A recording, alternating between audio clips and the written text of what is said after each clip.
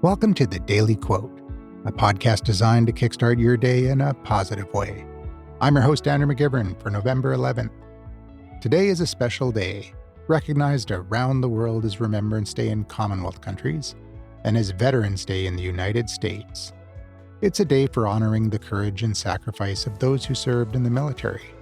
It's also an opportunity to reflect on the impact of conflict on society as a whole.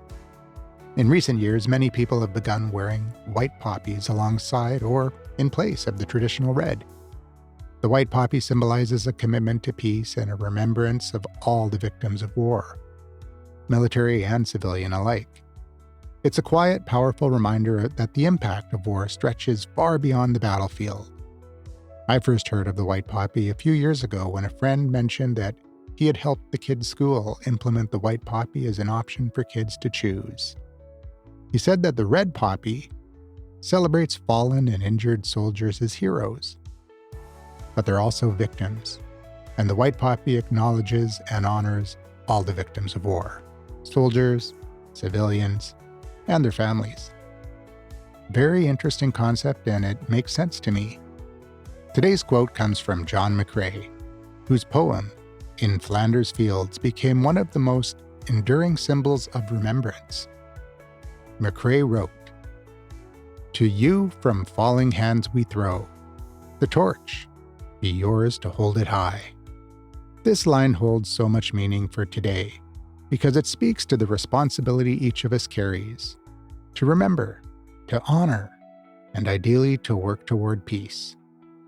The torch McCrae speaks of isn't just a symbol of memory. It's a call to action.